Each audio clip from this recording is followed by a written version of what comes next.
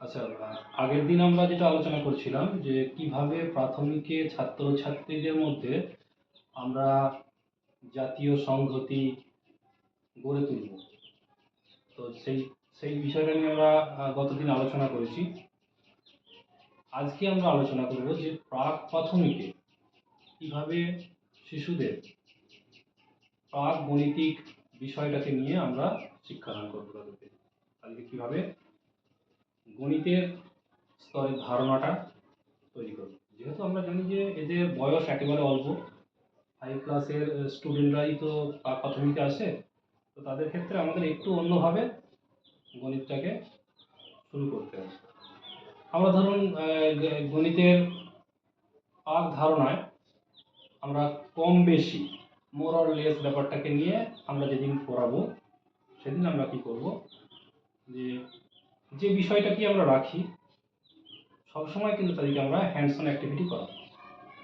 মনে করুন যে আপনি কম বেশি বোঝাচ্ছেন, সংখ্যা তো বোঝাবেনই, যেটা আমাদের এখানে যেমন মিড ডে মিলের রুম থেকে আপনি দুটো আলু নিয়ে এলেন, তাহলে এই যে এখানে দুটো আলু রাখলেন, এখানে 5টা আলু রাখলেন, তাহলে এই সংখ্যা থেকে তারা যেমন বুঝতে পারলো যে এটা কম এটা বেশি, এরকম একটা ধারণা তারা পাচ্ছে।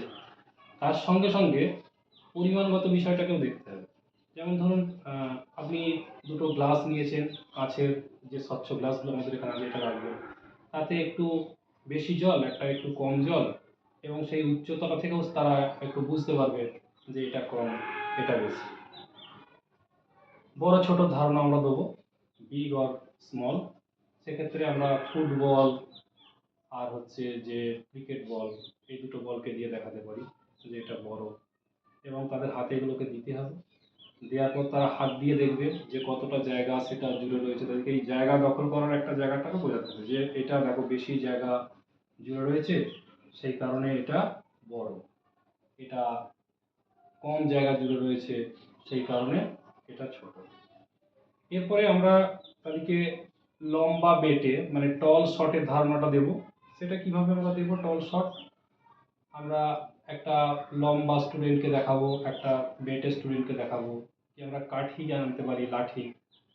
তো সেই পাটকাঠিকে বিভিন্ন সাইজের মেপে তাদেরকে দিয়ে যদি আমরা বলি যে এর মধ্যে থেকে কোনটা বড় কোনটা ছোট, মানে কোনটা লম্বা কোনটা খাটো, সেটা এগুলো। এবং এইগুলোকে সবসময় চেষ্টা করবেন আপনারা যে ওদের হাতে দিয়ে মানে হ্যান্ডস অন অ্যাক্টিভিটি করাতে। এবার আপনি যখন নিশ্চিত হলেন যে সে এই ছোট বড় কি কম বেশি লম্বা বেটের ধারণাটা তার হয়েছে, তখন আপনি তাকে কিছু